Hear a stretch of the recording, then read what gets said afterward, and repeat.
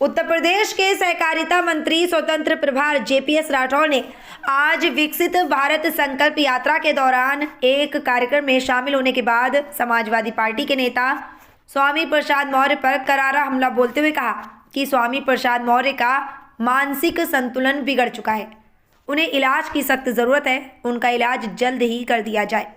उन्होंने ये भी आरोप लगाया कि समाजवादी पार्टी उनको बेवजह उकसाकर उनसे इस तरह के बयान दिलवाने का काम करती है।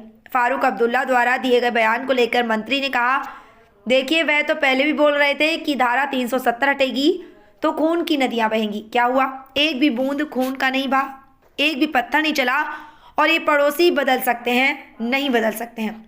तो अटल जी ने पहले कह दिया, लेकिन पाकिस्तान को समझना चाहिए कि देश के प्रधानमंत्री नरेंद्र मोदी हैं और कोई भी ज़रा सी बोलने की हिम्मत करेगा, ज़रूरत करेगा तो उनका हिसाब कराची तक, लाहौर तक लिया जाएगा।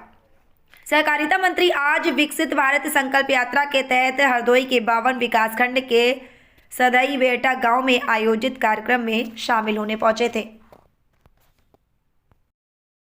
प्रधानमंत्री नरेंद्र मोदी जी ने एक स्वप्न देखा है कि सन 2047 जब देश की आज़ादी को 100 साल पूरे होंगे तब तक हम इस देश को विकसित राष्ट्र की श्रेणी में शामिल करेंगे।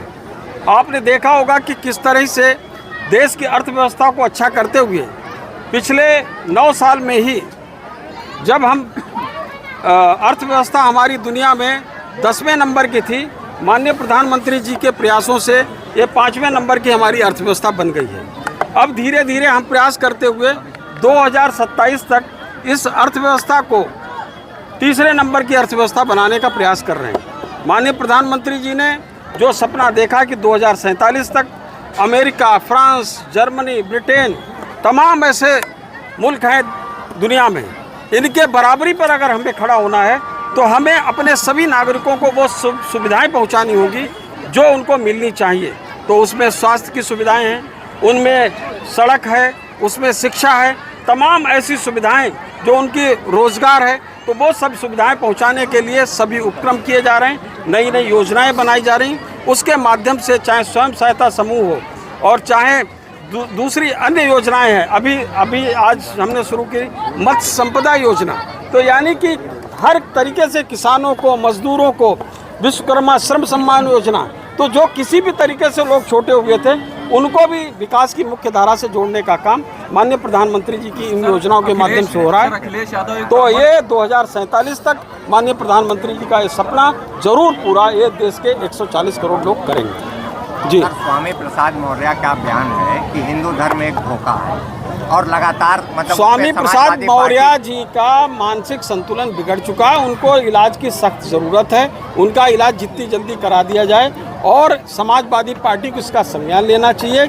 इतना ज़्यादा उनके ऊपर दबाव नहीं बनाना चाहिए कि ये बयान देना। और मुझे लगता है समाजवादी पार्टी बेवजह उनको उकसाकर उनसे इस प्रकार के बयान दिलवाने का काम कर रही है।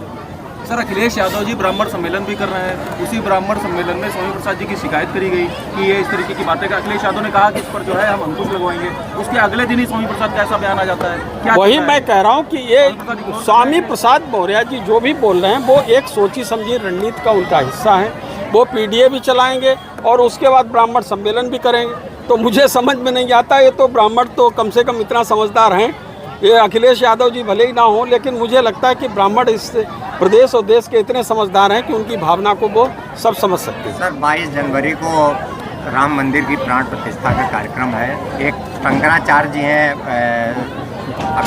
अभिनंद, उन्होंने एक सवाल उठाया है कि रामनवमी को नहीं हो रहा है, उससे पहले जो है ये चुनावी लाभ के लिए कर रहे हैं। उन्होंने ये भी कहा है कि प्रधानमंत्री नरेंद्र मोदी का राम मंदिर निर्माण में कौन सा श्रेय है।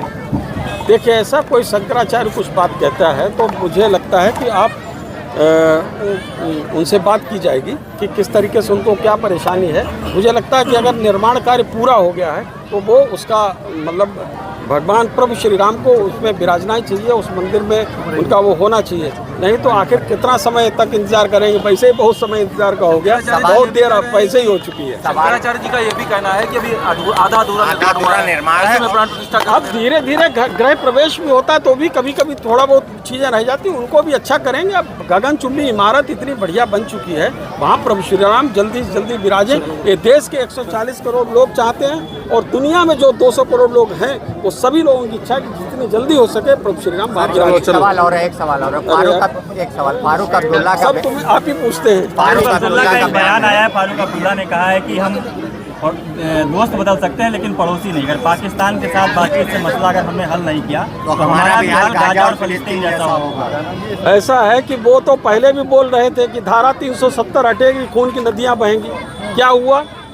एक भी बूंद खून का नहीं बहा, एक भी पत्थर वहाँ पर नहीं चला। और ये पड़ोसी बदल सकते हैं नहीं बदल सकते हैं वो तो अटल जी ने पहले ही कह दिया।